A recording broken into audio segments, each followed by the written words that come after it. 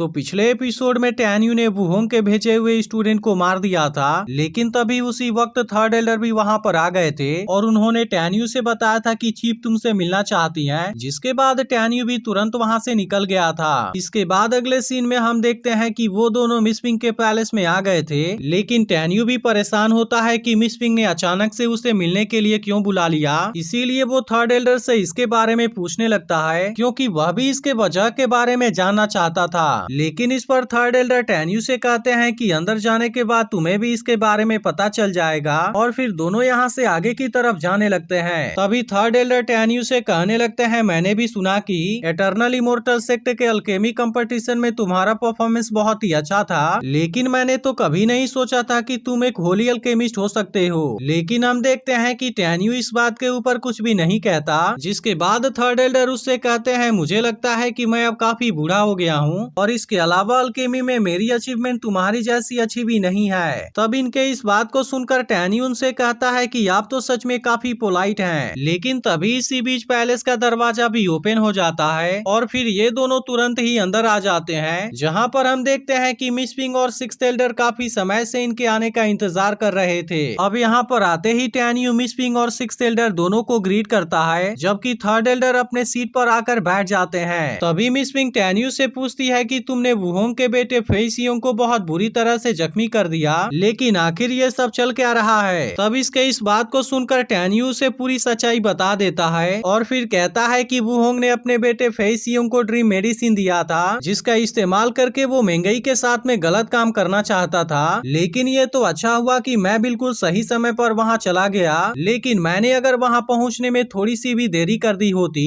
तब उस कंडीशन में फेसियोंग ने मेंगई को बर्बाद कर दिया होता। अब इसके बारे में सुनते ही ये सभी लोग भी काफी गुस्सा हो जाते हैं और इनमें से किसी को भी यकीन नहीं होता कि वुहोंग ऐसी गिरी हुई हरकत कर सकता है। इसके बाद टैन्यू इनसे कहता है कि मैंने तो उसे केवल जख्मी करके छोड़ दिया, लेकिन अगर उसने मेंगई के साथ में कुछ भी कर दिया होता तब मैंने उसे नहीं छोड़ा होता। अब इसके बारे में पता चलते ही थर्ड एल्डर भी वुहोंग और उसके बेटे के ऊपर काफी गुस्सा हो जाते हैं और फिर कहते हैं कि वे दोनों तो बिल्कुल जानवर हैं। तभी टैन्यू मिस पिंग से कहता है कि मैं आपसे कोई बात पूछना चाहता हूँ, जिसके बाद मिस पिंग भी टैन्यू को इसके बारे में बताने के लिए कहती है। फिर हम देखते हैं कि टैन्यू मिस पिंग के सामने मेंगई के लिए मदद मांगने लगता है और फिर वो मिस पिंग से कहता है कि मैं मेंगई को बिस्ट सोल डिवीजन से निकालकर पील डिवीजन में लाना चाहता हूँ, जिसके लिए मुझे आपकी मदद चाहिए। लेकिन अब इसके इस बात को सुनकर मिस पिंग भी काफी परेशान हो जाती है और फिर वो टैन्यू से कहती है कि ऐसा नहीं है कि मैं तुम्हारी मदद नहीं करना चाहती, लेकिन आज से 10,000 साल पहले सभी 9 डिवीजन के लिए एक रूल बनाया गया था, जिसके वजह से मैं भी इसके बारे में कुछ नहीं कर सकती, क्योंकि उसके अनुसार अगर कोई भी स्टूडेंट बिना परमिशन के अपने डिवीजन को छोड़ देता है, तब इसके वजह से उसे सीधे मौत की सजा दी जाएगी। और इसके अलावा मेंगई तो वुहोंग की क्लोज स्टूडेंट भी है। अब इसके बारे में सुनते ही टैन्यू भी काफी परेशान हो जाता है, क्योंकि वो मेंगई के साथ में कुछ भी नहीं होने देना चाहता था। इसके बाद हम देखते हैं कि सिक्स्थ एल्डर और थर्ड एल्डर भी काफी परेशान हो गए थे, क्योंकि वे दोनों भी चाहकर टैन्यू की मदद नहीं कर सकते थे। वहीं दूसरी तरफ हम देखते हैं कि टैन्यू को इन सभी बातों के ऊपर बहुत ज्यादा गुस्सा आ रहा था। तभी मिस पिंग टैन्यू से कहने लगती है कि हम सभी की नजरों में तुम्हारी वैल्यू बहुत ही ज्यादा है और इसीलिए कल होने वाले कंपटीशन में इनर गेट में मैं भी तुम्हारे साथ में चलूंगी, और इसके अलावा मैं खुद वहाँ पर वुहोंग के सामने रिक्वेस्ट करूंगी ताकि वो मेंगई को मेरे डिवीजन में ट्रांसफर कर दे, क्योंकि इसके अलावा मेंगई को बचाने का हमारे पास में दूसरा कोई तरीका नहीं है। अब इस बात को सुनकर टैन्यू भी इसके लिए मान जाता है और फिर वो मिस पिंग से कहता है कि मैं आपकी बात को समझ गया। इसके बाद मिस पिंग टैन्यू से कहती है कि मैंने तुम्हें यहाँ पर जरूरी बात करने के लिए बुलाया था, क्योंकि मैं तुम्हें बताना चाहती थी कि कल क्राउचिंग ड्रैगन पहले प्लेस को जीत लेगा, लेकिन इसी के साथ मैं यह भी जानना चाहती हूँ कि इसमें तुम्हारे जीतने का चांस कितना है। तब इस बात को सुनकर टैन्यू मिस पिंग से कहता है कि आप इसके बारे में निश्चिंत रहिए, क्योंकि मैं इसमें टॉप प्लेस को जीतने की कोशिश करूंगा और इसके अलावा मैंने तो इसके लिए फुल प्रूफ प्लान भी बना लिया है। तब इसके इस बात को सुनकर मिस पिंग भी काफी खुश हो जाती है। फिर वो टैन्यू से कहती है कि क्राउचिंग ड्रैगन लिस्ट का बैटल हमारे लिए बहुत ही इम्पोर्टेंट है, क्योंकि एटर्नल लैंड के ट्रायल में एंटर करने के लिए हजारों नाम है और इसीलिए सबसे पहले उसमें से सभी डिवीजन को 50-50 प्लेस मिल जाते हैं, जबकि बाकी बचे 550 प्लेस के लिए यह कंपटीशन कराया जाता है, जिसमें टॉप पोजीशन पर आने वाले डिवीजन को और 200 प्लेस मिल जाते हैं, जबकि सेकंड नंबर पर आने आने वाले को 100, थर्ड नंबर पर आने वाले को 80, फोर्थ नंबर पर आने वाले को 60,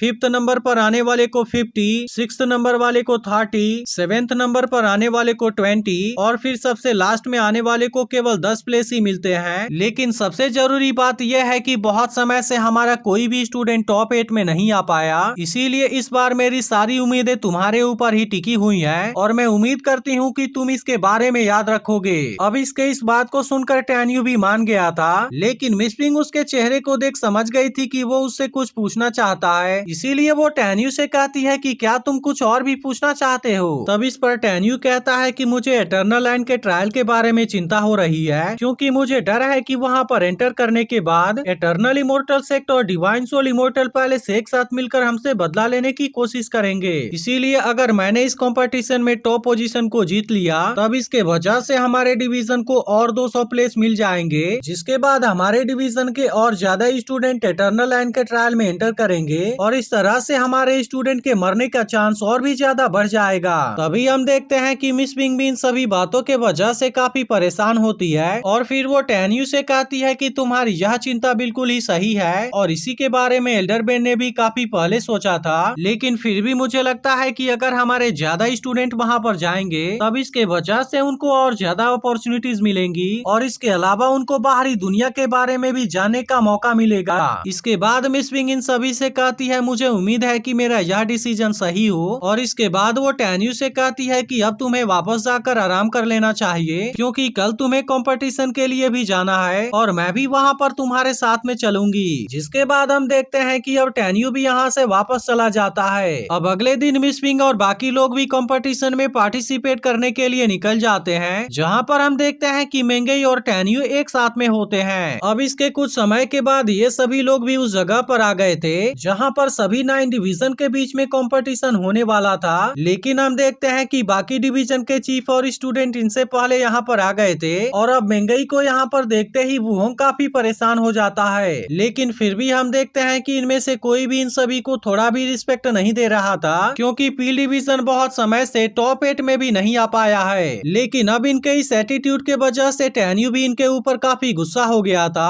और फिर वो कहता है कि अगर ये सब एक साथ भी मिलकर यहाँ पर आ गए, लेकिन उसके बाद भी मैं उनको यहाँ से जाने नहीं दूंगा। तभी इसी बीच 5 सोल डिवीजन का मास्टर जियान को अपने पास में बुलाने लगता है, जिसके बाद वो टैन्यू और मेंगई को बाय कहकर वहाँ से चली जाती है। लेकिन इसी के साथ वो अपने मास्टर से बड़े मासूमियत से कहती है कि अगर कोई अपने सर्किल से बाहर चला गया तो क्या केवल इसके वजह से आप इतना ज्यादा गुस्सा हो जाएंगे। जिस पर वो मास्टर जियान से तुरंत ही अपने टीम के पास जाने के लिए कहता है। लेकिन तभी इसी बीच हम यहाँ पर एक लड़के को देखते हैं जो जियान से कहता है कि मैंने अभी कुछ समय पहले एक फन प्लेस को खोजा है और इसीलिए कंपटीशन के खत्म होने के तुरंत बाद ही हम वहाँ पर चलेंगे। लेकिन हम देखते हैं कि जियान इस बात के लिए रेडी नहीं होती और फिर वो तुरंत उसे मना भी कर देती है। लेकिन हम देखते हैं कि उस लड़के को जियान की यह बात बिल्कुल भी पसंद नहीं आती और फिर वो उससे इसके वजह के बारे में पूछने लगता है। तब इस पर जियान उससे कहती है कि तुम मेरे साथ में जिद करना छोड़ दो और सबसे पहले तुम ये बताओ कि क्या तुम्हें खेलना भी आता है। अब इस बात को सुनकर वो लड़का काफी परेशान हो गया था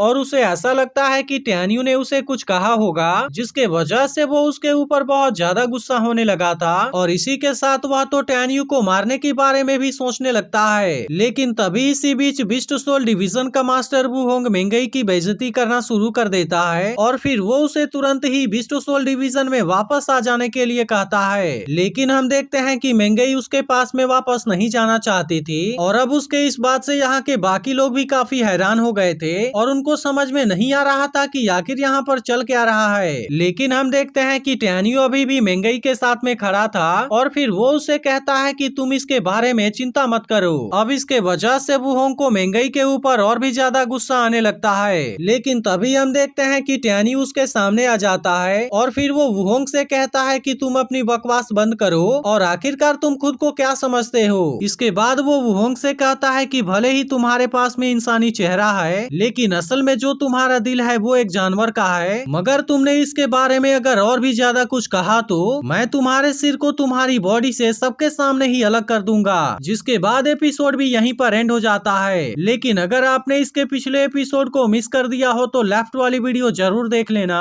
और अगर एक्सप्लेनेशन अच्छी लगी हो तो वीडियो को लाइक लाइक करके कमेंट करके जरूर बताना।